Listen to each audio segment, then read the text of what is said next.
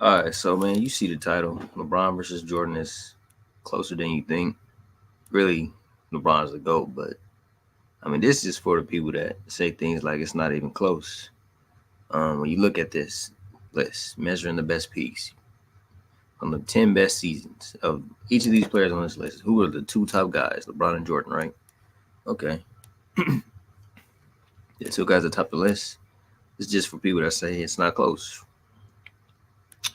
Then you look at uh, the top 10 playoff runs ever, statistically. LeBron and Jordan top that list. LeBron tops the list. LeBron and Jordan are the only two guys on this list. So that tells you that it's really just them two in that conversation. And it's for people that say, oh, it's not close. It's Jordan all day, whatever.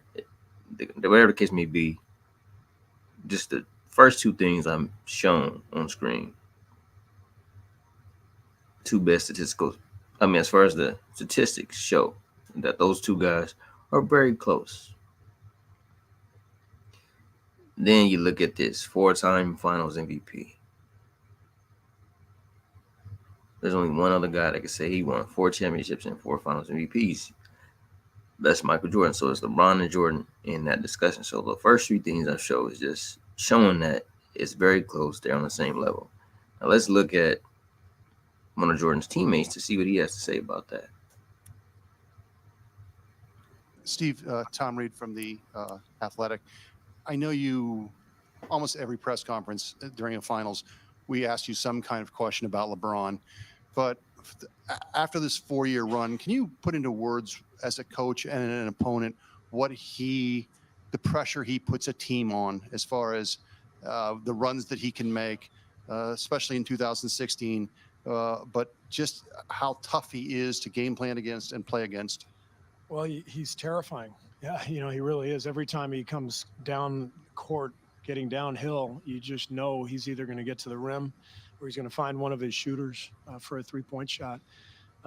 He's added the three-point threat. When we came here 3 years ago in the first meeting, we weren't fearful of his shot. We were fearful of his power and his penetration and his passing. But now you fear everything. And I think maybe the greatest testament to LeBron is that, 5 years ago, he was one of the top 5 players of all time. And from 5 years ago till now, it seems like he's 10 times better because he's added so much skill to his game. And I get asked all the time about, MJ, LeBron, and it's such a difficult question to ask. All I know is they're the two best players that I've ever witnessed. They're very different, but however you want to rank them, they're right there together. And obviously, So all that is to say that when you look at the statistics, at their peaks, top 10 playoff runs, look at the fact that the only two guys that can say they both got 4 championships and 4 Finals MVPs. It's very close, and clearly those are the two top guys in the conversation. So we're gonna keep going. Now the reason I have this is the box plus minus. So when you look at this is after they changed the formula for box plus minus. So Jordan might top the list in this, but really this was after they changed the formula. And LeBron was number 1 in that. Now look at that. The old one was 9.1. New 9.2. Jordan suddenly tops him.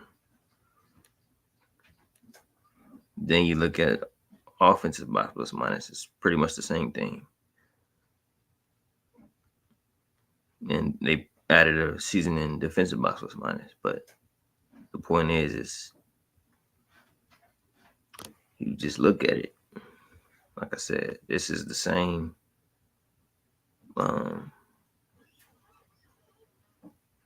Those two are the only two in these discussions. But when you look at the box plus minus, we don't. Honestly, you can make the argument that LeBron's peak was higher because like I said, this was after the formula changes to put Jordan at number 1, and that's when he met. That's when these measurements come from. But what if you would have measured them before? LeBron would probably have a higher box plus minus, but that's beyond the point.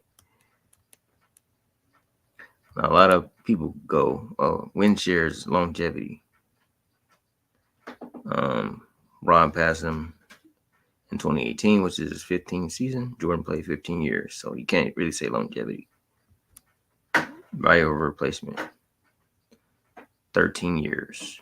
Jordan played 15 years, so it's not really longevity if you really look at it. I can't really see that screen, so I'm gonna have to skip over that. Well, if you look at this, this is a different ball game. If you just look at it, LeBron got obviously more playoff points than Jordan. He got more playoff assists than Stockton. He got more playoff rebounds than Rodman. More playoff steals than Stockton. More blocks than Mutombo. More three-pointers made than Larry Bird and Reggie Miller combined. A better three-point percentage than Larry Bird. Better two-point percentage than Wilt. More triple-doubles than Oscar Robertson and Russell Westbrook. More double-doubles than the King. More wins than Bill Russell. And then he got more buzzer beaters than Kobe and Jordan combined.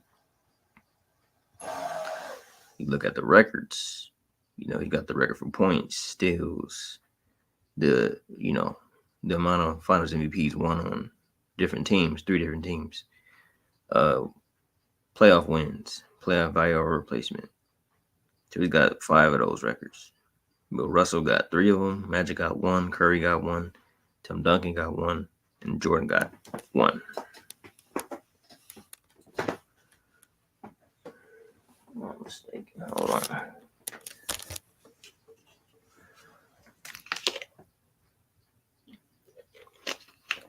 What the fuck? Now, when you look at the all-time stats, regular season and playoffs combined, as far as points is concerned, nobody has more.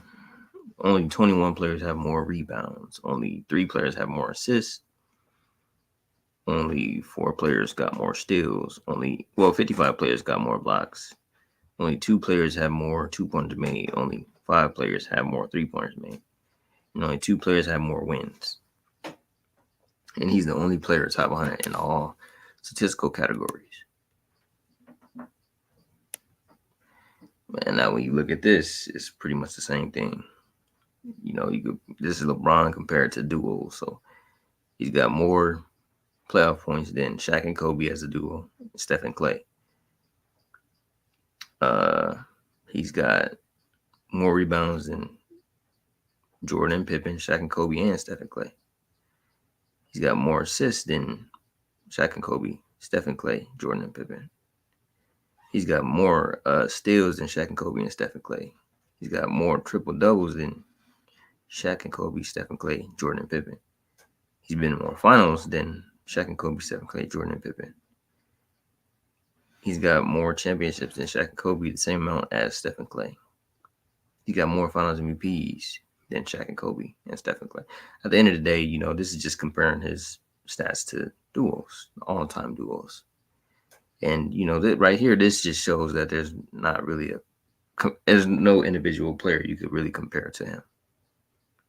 I don't care what you might think, but these statistics that I just shown, this, between this, being top 100, only player to be top 100 and everything, and this page right here, it just shows that nobody can individually compare to this man statistically.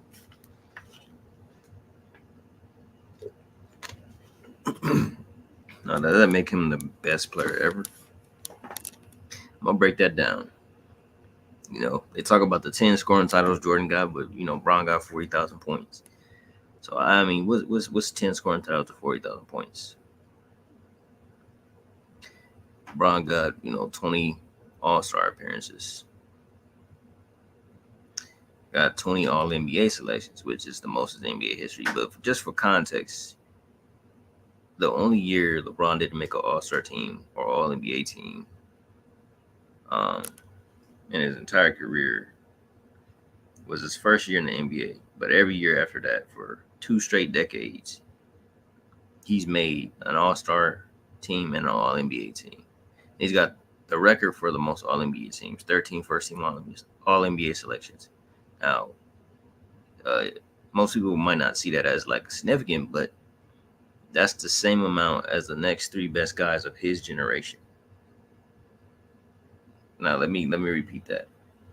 LeBron has 13 first-team All-NBA selections. That's the same amount as Steph Curry, Kevin Durant, and Kawhi Leonard combined. And those are pretty much the next 3 best guys of his generation. But people talk about, oh, LeBron hasn't been dominated. He hasn't dominated his era. He hasn't sustained his, I don't know, man. But that's just for context. When you look at it, Jordan's only eliminated 11 players in the playoffs. LeBron's eliminated 24. First ballot Hall of Famers. That's what I meant to say. First ballot Hall of Famers. LeBron's eliminated 24. Jordan's eliminated 11.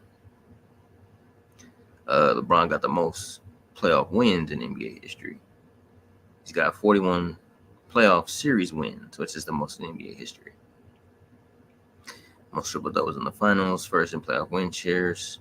I already said most All-NBA first team selections, playoff wins, first in value over replacement, and most career assists by a forward.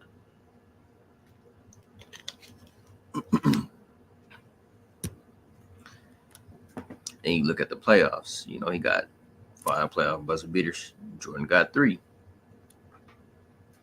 Now, when you look at this, a lot of people want to pretend that 8 straight finals ain't significant, but, let's just break it down for a little bit.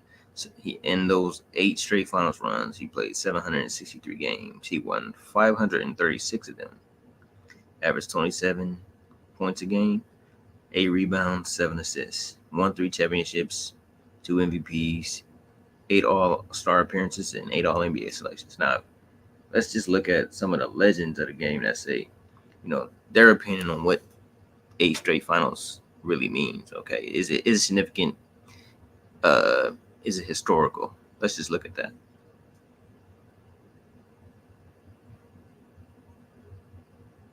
Probably knows it better than anybody else. Is the game is a team sport, so individuals don't win championships. Teams win championships. And you're only as good as the team can take you. You can only go as far as the team can take you. So 3 and 5 doesn't mean anything. I'm more impressed with 8 finals than I am with the record in the finals.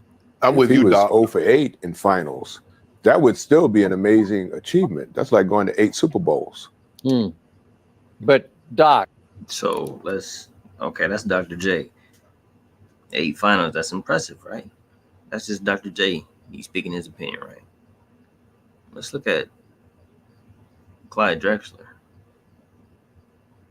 Let's just see what he got to say about that. Is 8 straight finals an amazing accomplishment? Hold on. Oops.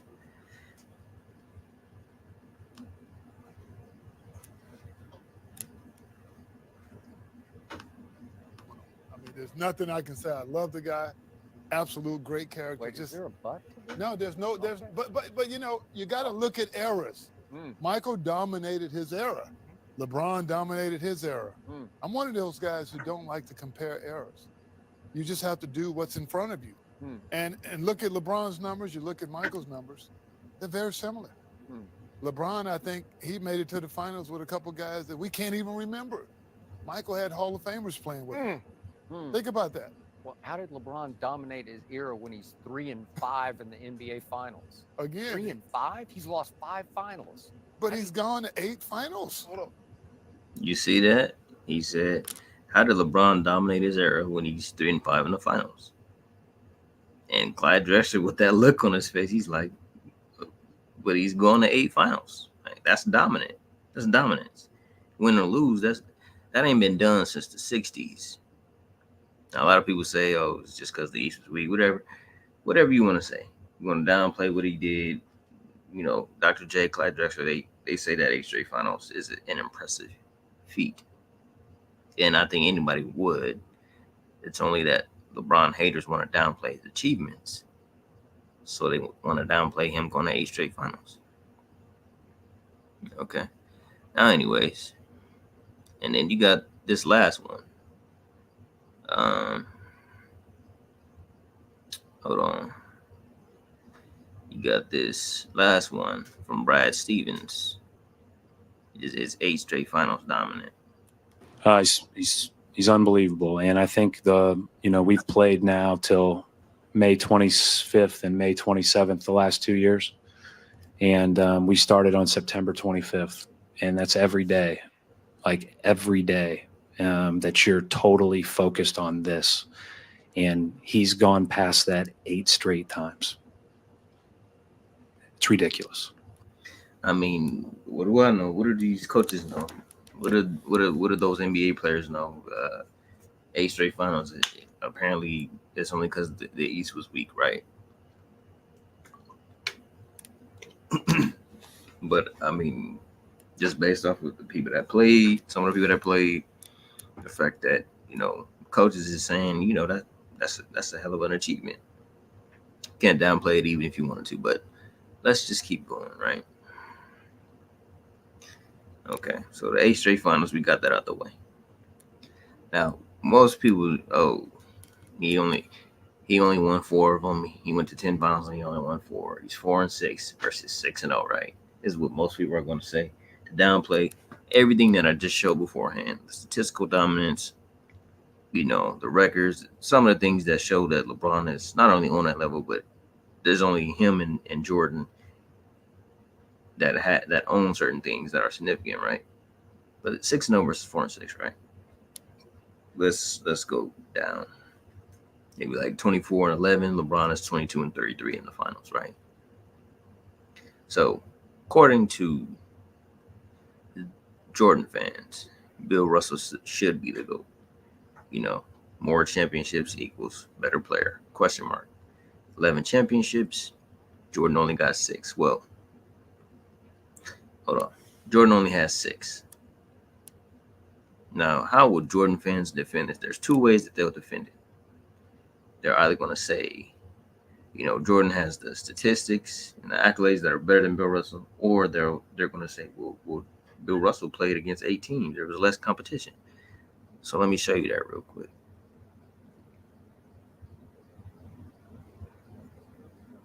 Not the first time that an underdog has won the championship, and there actually have been much bigger underdogs who ended up winning the title. But how many times have we seen a player lead his team to 6 championships in 8 years? Prior to Jordan's Bulls, only Bill Russell's Celtics ever accomplished that feat in the NBA, when they incredibly won 11 championships in 13 seasons. However, back then, there was an average of less than 10 teams in the league, and only a couple rounds of playoffs, so it was considerably easier to win a title. And no player... You hear what he just said? It was considerably easier to win the championship in Bill Russell's era.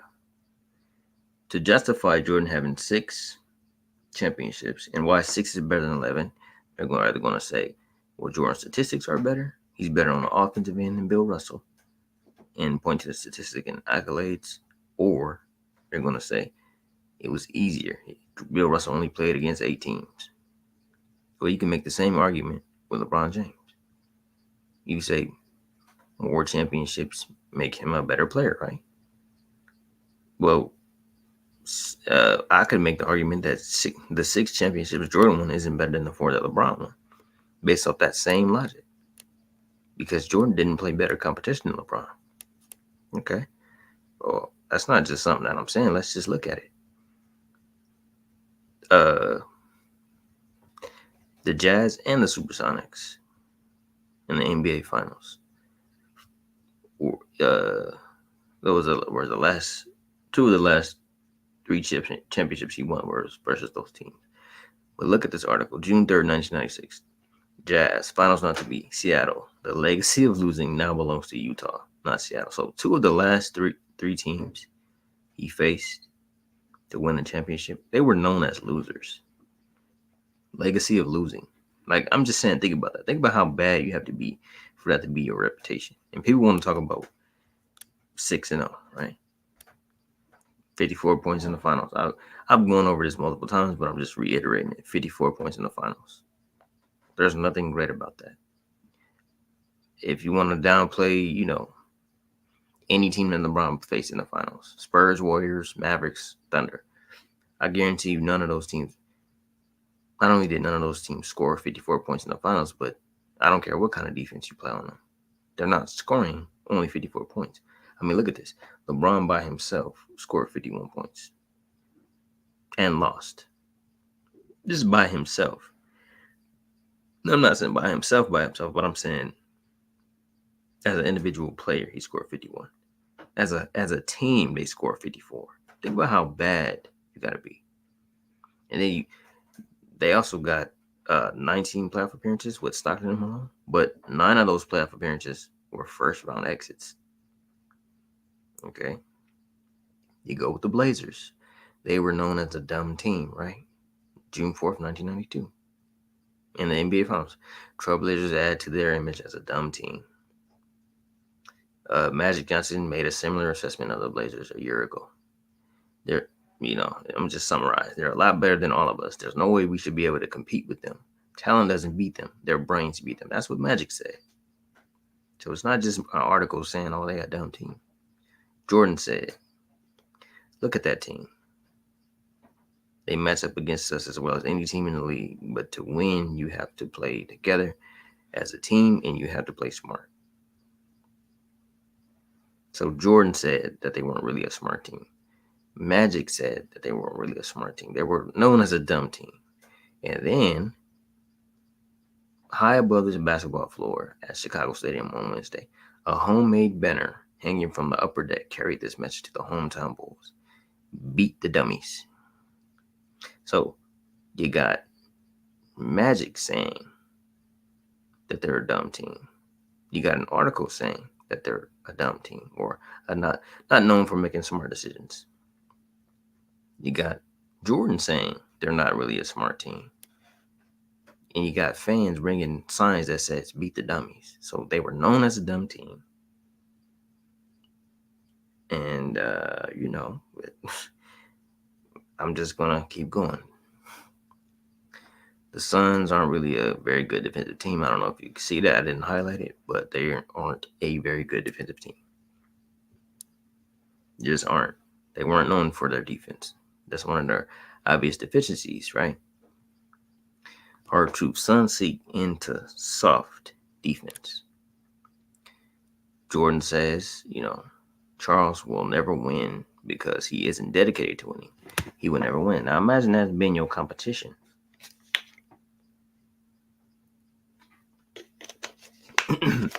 You said one of the people that you went up against, they'll never win because they aren't dedicated to winning.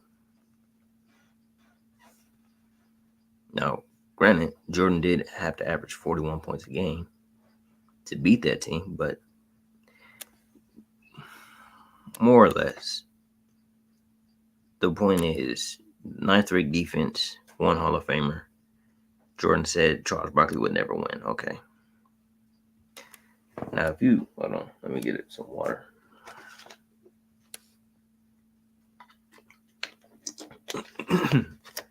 Now, if you look at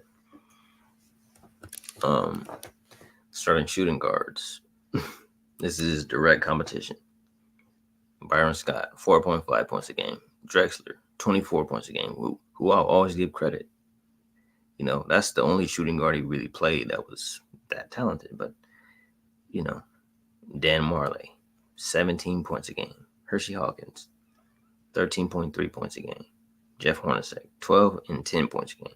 And this is his best competition at his position. I mean, what are we supposed to do with it? Okay, I'm showing their competition so far. So I've shown Jordan's. I'm gonna keep going. You look at the head-to-head competition. Like I said, the only guy that's really about anything is Clyde Drexler. But Byron Scott, 14.1 career points per game. Dan Marley, 11. Hawkins, 14. Byron Russell, 7.9 points a game. This is direct competition. No all defensive teams, no defensive player of the year awards. Well, Dan Marley's got 2 all defensive teams, but he was never first team. No steals titles, no blocks titles, no MVPs. I mean, I can keep going. LeBron, every team he faced had better net efficiency than the team that Jordan faced. So this is the start of showing LeBron's competition was definitely better.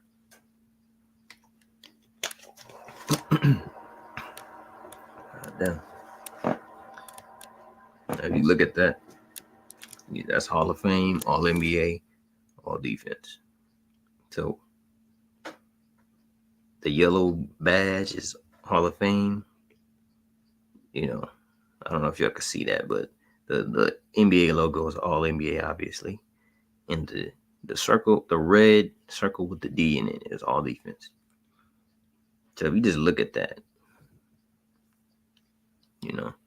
I'm not really going to break all that down and say the exact amount, but if you just look at it, you could see straight up he's just playing better competition. I don't recall Jordan ever facing a team like this at any point. The closest you get to that is 86 Celtics, and Jordan won. I mean, he didn't beat that team last time I checked. You check the All-Stars. Jordan played against.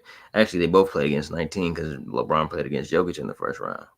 The second round, LeBron played against 34. The conference finals, LeBron played against 18. The NBA finals, he played against 23. All-Stars. So 60 All-Stars to 93 All-Stars. Now, this does count when you play guys more than once and face them more than once. Now, okay, in 2016, the Spurs set a 40-1 home record. They set a 40-1 home record.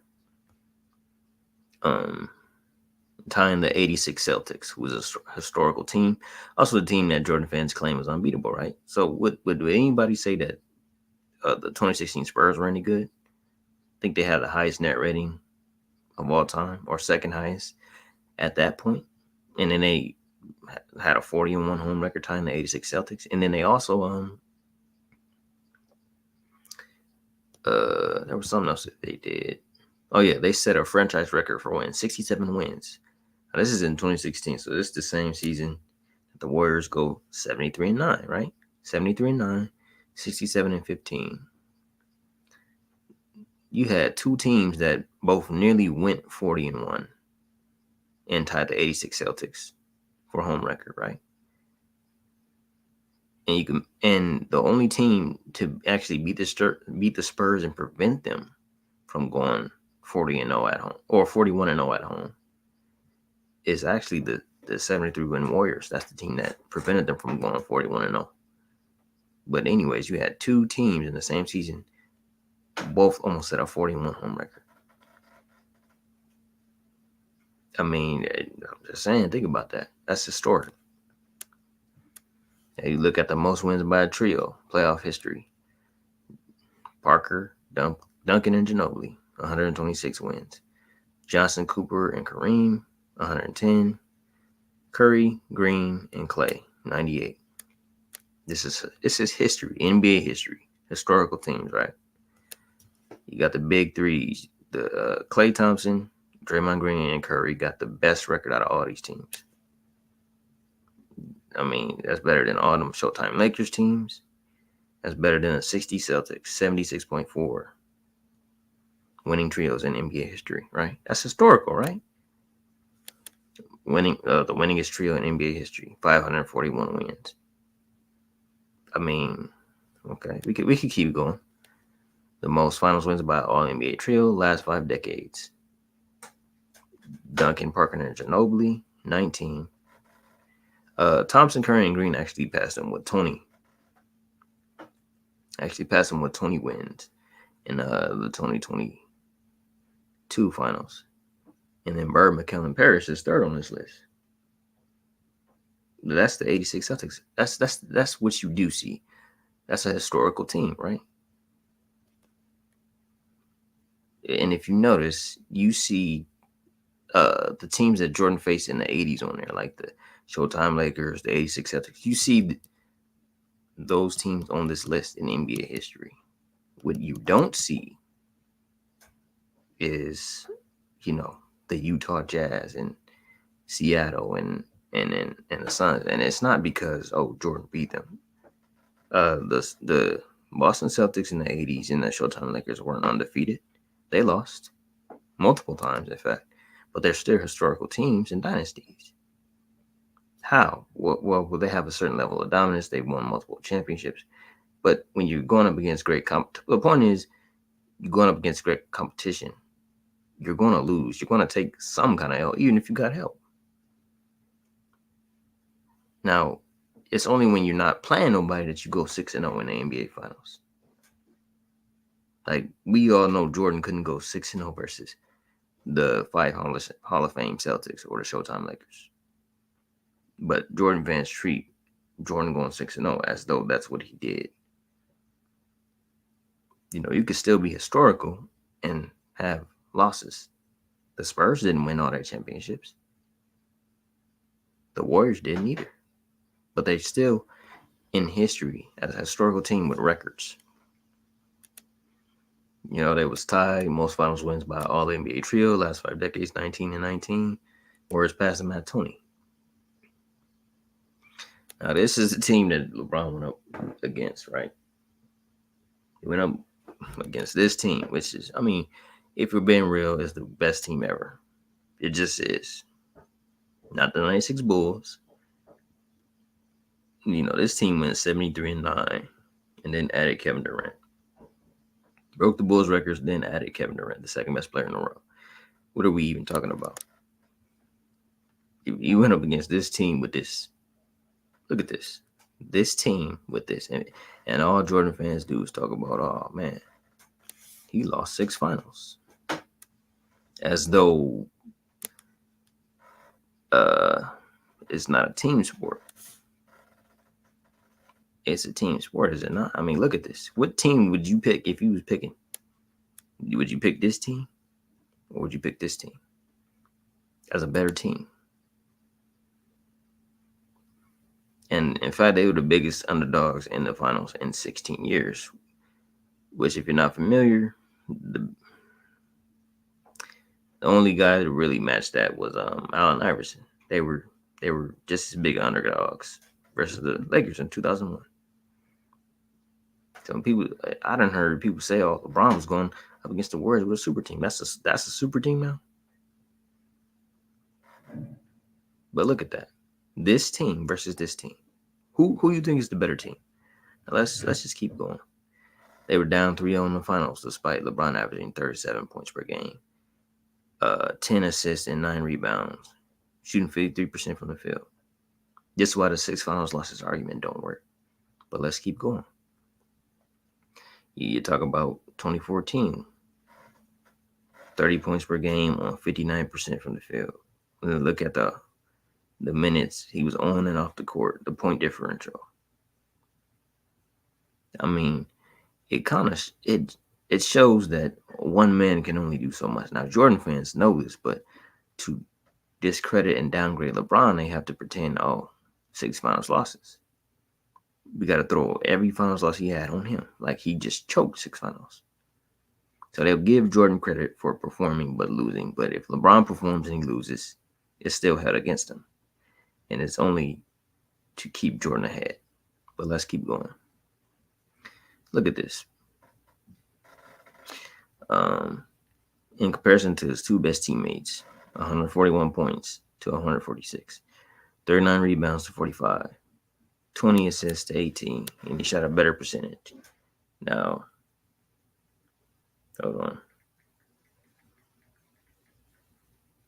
They played 164 more minutes combined, right? Only had 6 more rebounds, 5 more points, and shot worse from the field. That's 2 teammates. And this ain't down on them, but this is just saying For people that be like 6 finals, he lost to the Spurs in 2014. I mean, one man can only do so much. He outplayed his two best teammates combined. He shot 57% from the field and 51% from three, and led Miami in points, rebounds, assists, and steals. But all we hear about is 6 finals losses. He lost to the Spurs in 2014. Got blown out by a record margin. But he did what he could do to win, and they didn't because why? Because basketball is a team sport. That's why. And Spurs were a better team. They got 5 NBA playoff records that stand to this day. So when LeBron was losing, he was let it be known he was losing to historical teams. You're not gonna go undefeated if you go to 10 finals, and you're definitely not going undefeated if you're playing historical teams in at least 7 of your 10 finals.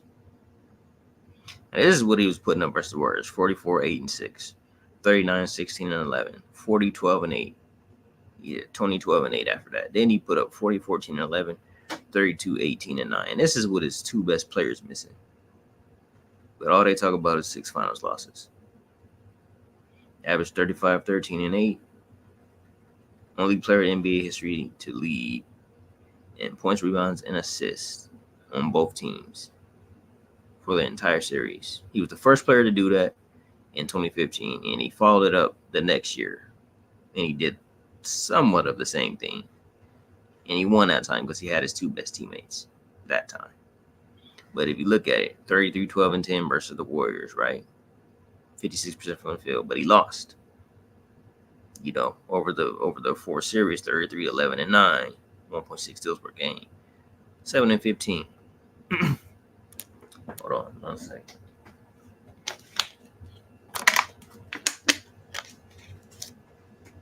These are just some more numbers.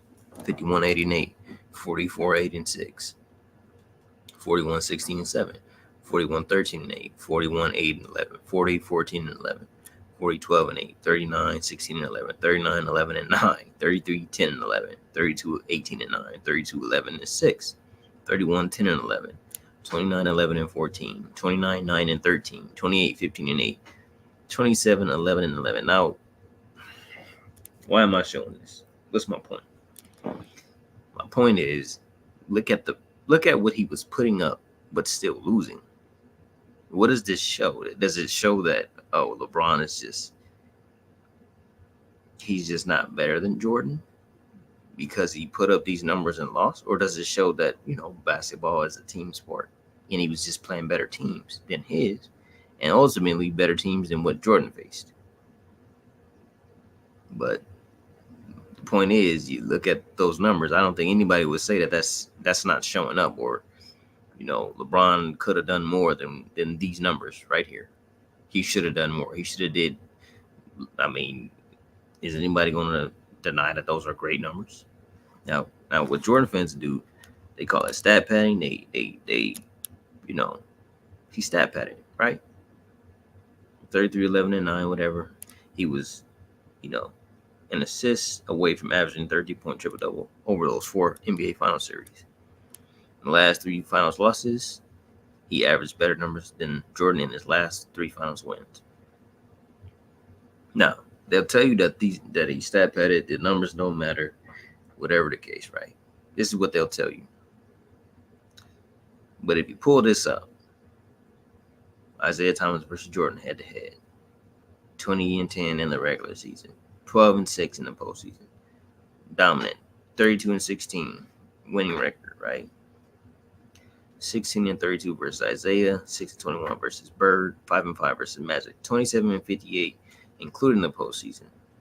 Winless in 5 playoff series versus the Celtics and Pistons through the 1980s, right? Now, what's my point in showing this, right? Now, how do Jordan fans defend this? What's the first thing they're going to go to? Look at the numbers he put up. Look at what he did, or look at the team around him and look at the numbers he put up, right? This is what they're going to say. That's going to be their first argument. But LeBron don't get that pass. If LeBron put up these numbers on the Warriors and he loses, or He outplayed his two best teammates, lead his team in points, rebounds, assists, and steals, and shot over 50% from the field and from three combined. No, not combined, but from the field and from three. And he loses. It's still his fault. If he puts this up versus the Warriors, or this, leads both teams in points, rebounds, and assists with his two best players missing. All these numbers that he put up, it's stat padding if he didn't win. It's meaningless if you don't win. Him losing but putting up better numbers than Jordan did versus his competition, but still losing, is counted against him. While if Jordan shows up, no matter when it is, it's not counted against him. And this is why I say they're just disingenuous with the 6 finals losses argument. It's the only argument they can make. That, like, the reason why they don't just go, oh, the 2011 finals is because his resume is too steep. He has too much in his favor for one final series to discredit everything that he's done. So instead of making that argument, they go, oh, he lost 6 finals. And that's it. These are the numbers he put up. This is the circumstances. They don't care about that. He stat padded. But if, you show this about Jordan, we'll look at the numbers he put up. That's what they're going to say. They're going to say, look at the team around him, look at the numbers he put up. And all it shows is that if you put up a bunch of numbers and you lose, more often than not, it shows that you just lost to the better team. And that has nothing to do with individual ability. And like I said, Jordan fans know that. Like when Jordan dropped 63 versus the Celtics and lost, don't he get credit for that? Don't people talk about, oh, he averaged 43 versus the Celtics? I mean, they give him a pass for that, but let's just say, okay, LeBron didn't show up in 2011. From 2014, 2017, 2014, 2015, 2017, and 2018, he showed up. No matter how you look at it, he showed up, right? So that's at least 4 finals. Now, if you want to count when he was 22 years old against him, I mean, it wouldn't even make sense because Jordan at age 22 didn't even get past the first round. He got put out in the first round. He wasn't even in the finals. So if you're going to count that against him, we're going to count Jordan's first round exit at 22 versus. So, but the point is, those 4 finals that I just named, 2014, 2015, 2017, 2018, LeBron showed up. He lost. But according to Jordan fans, this is what I'm going to say. According to Jordan fans, if you use their logic, if you show up and lose, you get credit for what you did. And not only that, you get a pardon. So instead of 6 finals losses, LeBron only got 2 because the other 4 losses he showed up, right? And that's if you want to count him. If you don't want to count, if you want to count him being 22 years old against him, right? But let's just say you don't count that against him. That means he only got 1 finals loss, and that's 2011 where he didn't show up, right? But the point is, Jordan fans can do context when it comes to Jordan, but when it comes to LeBron, if LeBron put up big numbers and lose, does the final losses not matter? That's kind of how they go with it. But I mean, Jordan put up big numbers and lost too. All that shows, once again, is that it's a team sport. I don't care if you got a good team or a bad team around you. I don't care how good you perform. More often than not, the better team's going to win. That's just the way it goes. Now look at this: 27, 5, and 4, 41% from the field, 31% from 3. This was 1996. The team that Jordan fans, they're the best team ever. They would beat the KD Warriors, right? This is what LeBron put up versus the KD Warriors and lost. 33, 12, and 10, 56% from the field, 38% from 3. Average a triple-double in the finals. I mean, that's showing up. And in a 5-game span, he never put up that many points, rebounds, and assists in any series. So that's more than showing up. But he lost. Why did he lose? Because basketball is a team sport. That's why he lost. Not because we want to count the loss against him. I mean, it counts, but it don't have nothing to do with his individual greatness. That's the whole point. So how did Jordan win putting up this and LeBron lose putting up this? How did Jordan win in 6 and LeBron losing 5? How? Either Jordan had more help, or he was playing better competition, or LeBron was playing better competition. Either Jordan had more help, or he was playing worse competition, or both. Whatever one you want to choose. But you're not going to tell me that 27-5-4 gets the job done in 6 and 33-12-10, and you lose in 5 games. Some's got to give, right?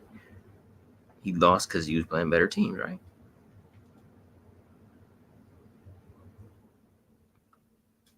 I don't really need to go through that.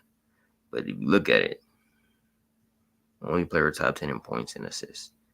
He's number 1 in points, number 4 in assists. He's really the only player top 5 in points and assists in the regular season. In the regular season and playoffs. Only player top 10 and top 5. He's number 1 in points, 4th in assists in the regular season, number 1 in points, 2nd in assists in the playoffs. And then when you look at this, games, minutes, wins, plus minus points, steals, field goals, free throws. He's first in all of those.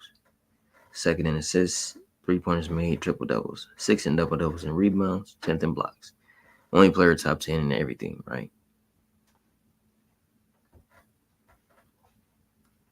Then you look at the elimination. If you want to talk about clutch, right? Elimination games. Look at that. 33-10-7. 31-7-7. Shoots better from the field. Clutch.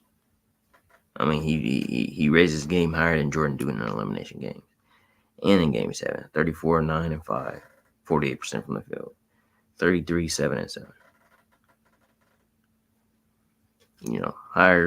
Raised his game higher than Jordan and Kobe.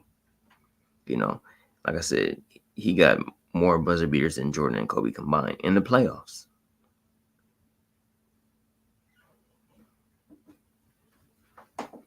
He got the most clutch season in NBA history. He had the most clutch shots in NBA history. On the 2nd highest percentage for everybody that has shot 1,000 clutch shots. He's the only player to have made 1,000 clutch shots, too. And then in field goals attempts to tie or to the lead in the 4th or overtime with 1 or fewer seconds left in the playoffs since 1999. So 25 years. LeBron 7 of 12, 58%.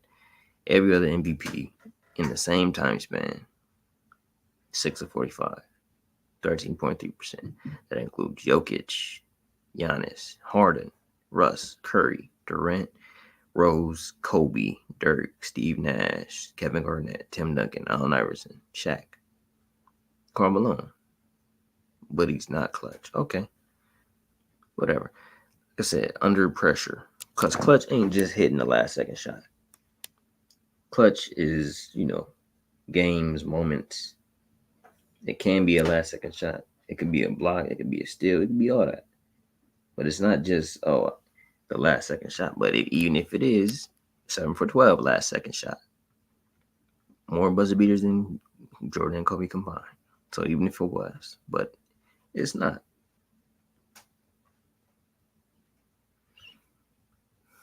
Now, people say he's not clutch because Ray Allen saved his legacy. But when they were down 10, LeBron scored 16 fourth quarter points, including the 3 that put them down by 3 so that Ray Allen could hit that shot.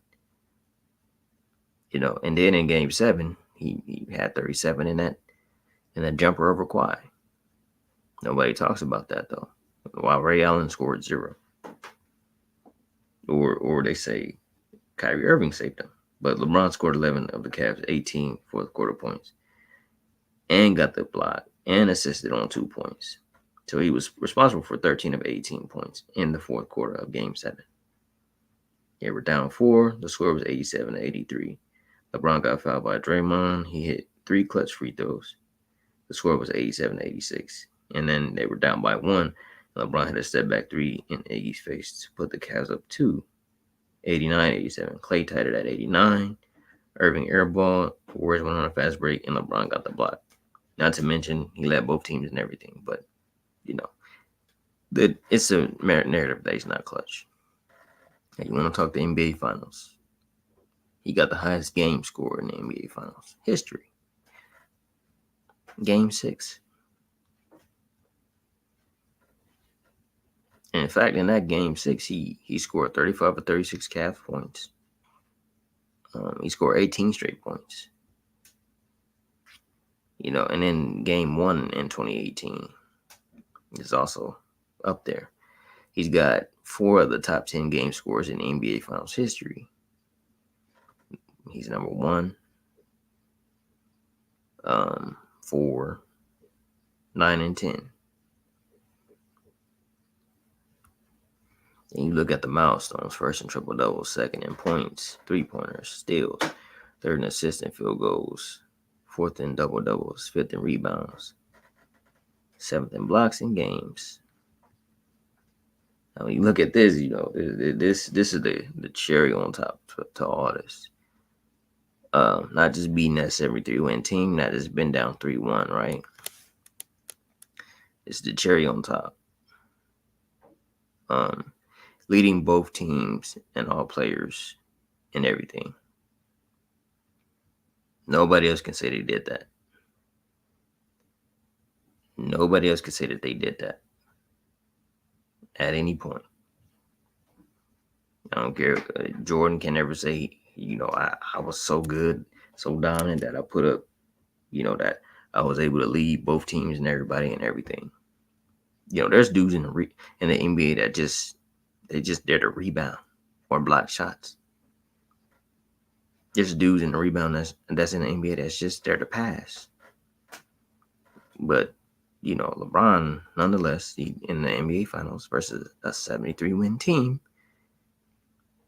mind you, broke the Bulls record, down 3-1, led both teams and everything. Now, if we want to talk about who the greatest player ever is, you're not going to tell me that there's a player greater than that. Now, a lot of people might say, okay, that happened, right? Now, what was Jordan's response to that? 2 decades footage from the Bulls' last dance sat in the vault in Secaucus, New Jersey.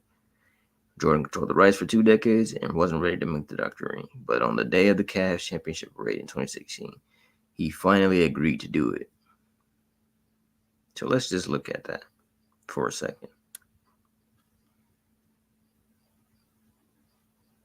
Crunch time here on The Jump. Ramona Shelburne writes, quote, for 2 decades, footage from the Bulls' last dance. Hold on. Crunch time here on The Jump. Ramona Shelburne writes, quote, for 2 decades, footage from the Bulls' last dance sat in a vault in Secaucus, New Jersey. Michael Jordan controlled the rights, and he was not ready to make a documentary. But on the day of the Cavaliers championship parade in 2016, he finally said yes. Tracy, knowing MJ like you do, is it a coincidence or not a coincidence that MJ greenlit this documentary after LeBron, won his 3rd title by coming back from being down 3-1 against the 73-win team? Could it be MJ felt his legacy was being threatened by King James? I doubt that, but it's for a great story. I like the sound of it. Okay, so that was covered. And, that was after he did what he did in 2016, right? Now, some people might say, oh, man, that's just a coincidence. Okay, let's just say that's a coincidence. When he won his 4th Finals MVP in 2020. There's another thing that happened. Third on 3 different teams. But Michael Jordan to the Max was released May 5th in 2000. returned to IMAX theaters for an anniversary on October 9th, 2020. If that was the true anniversary, it would have been released on May 5th, 2020, right? Well, anyways, what happened on October 9th, 2020? Let's just look it up.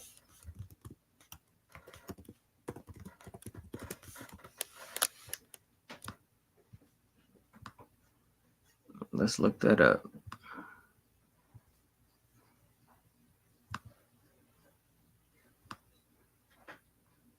Okay, October 9th, 2020.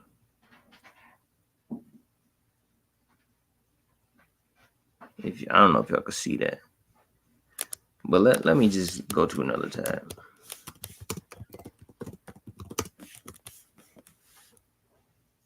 Okay, y'all can probably see this one. October 9th, 2020 was Heat versus Lakers, Game 5. Now, one time is a coincidence, but twice. So he released The Last Dance. When LeBron does, what he does. He released The Last Dance. Then, hold on.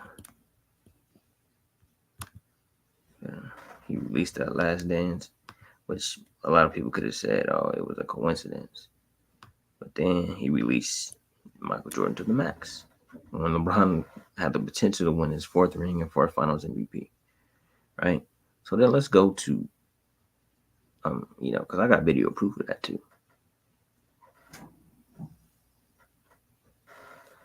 Okay. Just take you back there because LeBron in an interview. Oh, now set. No. Being re-released.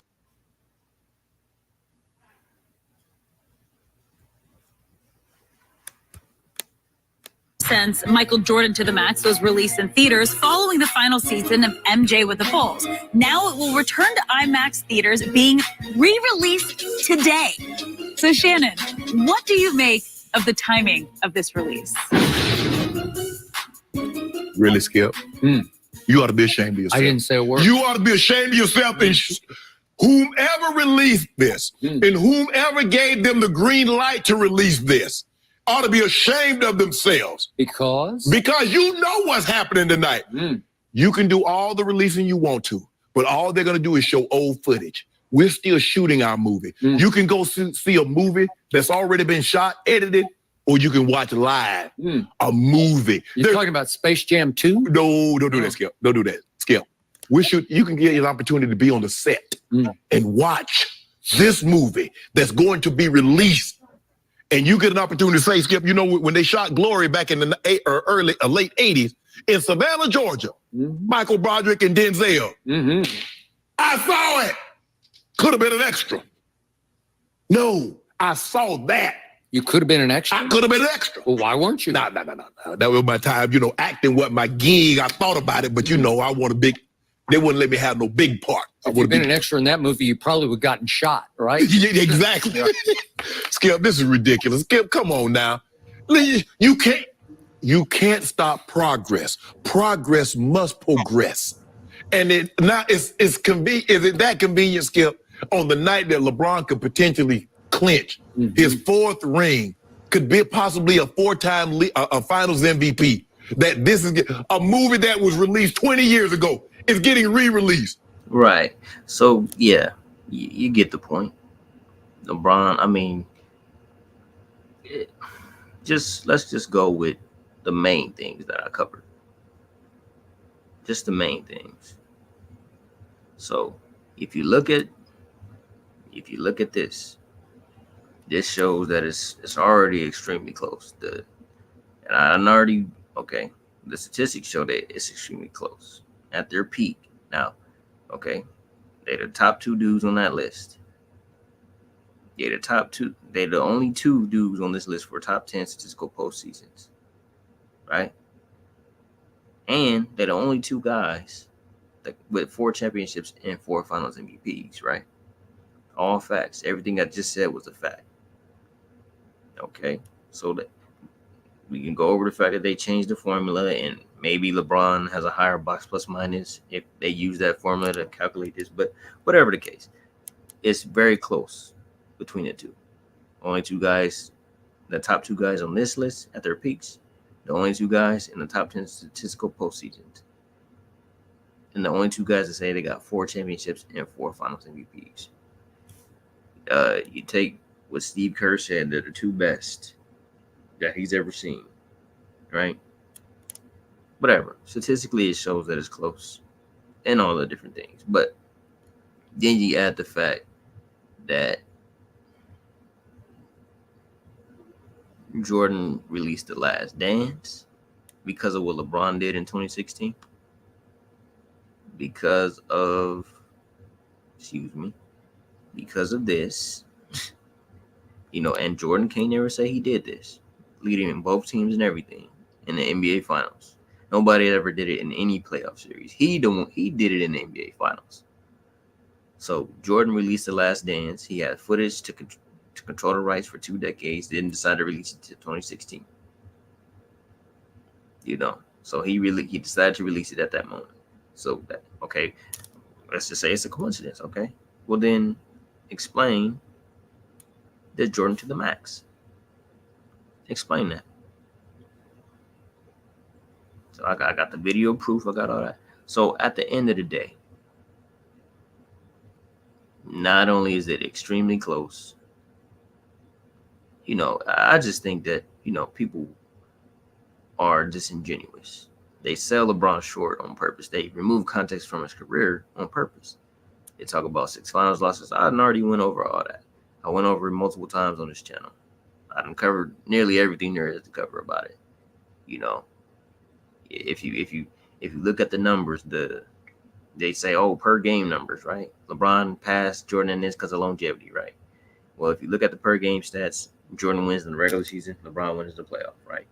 That's just what it is. If you look at the totals, it ain't even close. LeBron edges them out.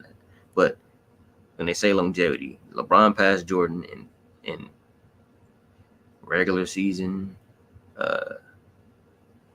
assists and rebounds, in playoff steals, points, assists, and I think steals, points, assists, and blocks in less time. So he passed him in 6 to 10 things in less time, and they always want to talk about longevity. He passed him in win shares in year 15. He passed him in the same amount of time Jordan played. He passed him in by replacement in year 13. Jordan played 15 years. So, point is, you can't keep saying longevity. I could keep going on and on about this stuff, but the reality is they sell LeBron short. They talk about 6 finals losses, no context. Only to make it seem like it's not close. But, and even if you want to say 2011, that still don't, okay, even if that's your argument, that don't explain Jordan releasing The Last Dance. Even with Jordan seeing the 2011 finals or the 6 finals losses, right? Even with all that, he still was like, you know what? I need to release The Last Dance. And we was about to win his 4th ring and 4 finals MVP. It was like, I need to re-release Jordan to the max in theaters. This is something that they ain't gonna talk about. But at the end of the day, I think I covered it enough. We saw the 6-0, 4-6 don't work. 6-0 versus 4-6, it's disingenuous. 6 finals losses is disingenuous. Unless you're gonna hold the series that Jordan played in the 80s and lost it. Unless you're gonna hold those against him, even though he showed up in the majority of them, then you gotta keep the same energy. You're gonna hold LeBron 6 finals losses against him, even if he showed up the majority of the finals, right? Then you gotta hold, those age losses versus Jordan. But there's one thing we do know is that I just showed it. LeBron played better competition than Jordan. And then, if competition matter, you can't have Jordan as the GOAT. If you value competition, You can't have Jordan as the GOAT. If you value competition, you wouldn't even be making the 6 finals losses argument because, Jordan didn't play better competition than LeBron. We all know that. I just showed it. And then when you look at it, even then you look at the 6 finals, and he showed up the majority of them. But LeBron's first final loss, he was 22. Jordan was not in the NBA finals at age 22. So they talk about why LeBron can't be the GOAT. He got 6 losses. Jordan won in the finals at 22.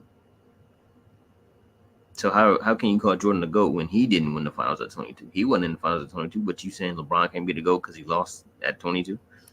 Or how about the fact that, in 2015, he lost his 2 best teammates. In the 6 series that Jordan played, he never lost Pippen and Grant or Pippen and Robin in a single one of them. And there's no series that any Jordan fan would choose and say, if he lost both of his best teammates, he would have won any of them. They all went 6 games except for versus the Lakers. And the fact of the matter is, if you really just look at it, there's no way. Okay, you can't say LeBron's out the GOAT because he didn't win a series with his 2 best teammates injured in a team sport. Jordan didn't win a series versus 2 best teammates injured. He didn't even get out the first round without Pippen. He didn't win a playoff series without Pippen. He didn't even snip the finals without Pippen and Grant or Pippen and Robin. So why are we holding it against LeBron that he lost his 2 best teammates, right? It's not like he didn't show up or play his best. Okay? Then you take 2014, 2017, and 2018. We all know, as I just showed, he never played a team as good as the Warriors or Spurs. So what did I just say? Jordan wasn't in the NBA Finals at 22. He never lost his 2 best teammates in any NBA Final Series. And he never played a team as good as the Spurs or Warriors. You add to the fact that LeBron, that he showed up in the majority of those series. And then if we were to use the same logic that, Jordan fans use, he would get a pass for at least 4 of them, or 5, considering that he was 22 in the finals and Jordan wasn't. And then you add in the fact that he played harder competition. And then you just add in the fact that Jordan was releasing documentaries after all the greatness of LeBron. Let's not forget Michael Jordan Day and all these different things. And then you add all the statistical dominance I just showed.